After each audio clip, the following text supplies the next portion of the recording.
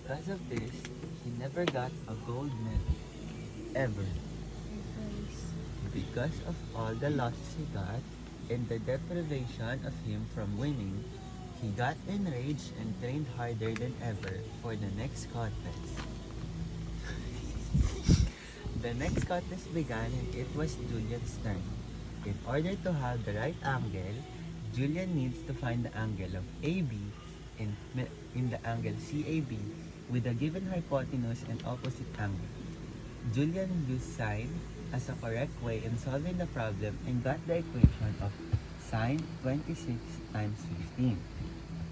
Julian got the correct answer, which is 6.58, and acquired the precision and accuracy that he needed in order to win. In the end, he won the contest and got a gold medal and trophy that made a triumph. Okay ba? Ano yan? Sa Ginagawa math? niya. Ginawa mo? Ano yan? Story?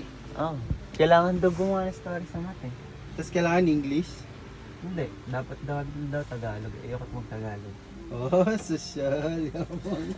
Ayoko Ginagalingan mag-Tagalog eh. masyado. Mm. Congrats, kuya. Ang galing mo talaga. Ano?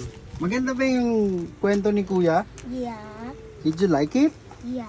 Wow! I'm so proud of you, kuya. Ang galing. Eh, Tagalog magsalita si Sir Justin pero yung English book ay yung ano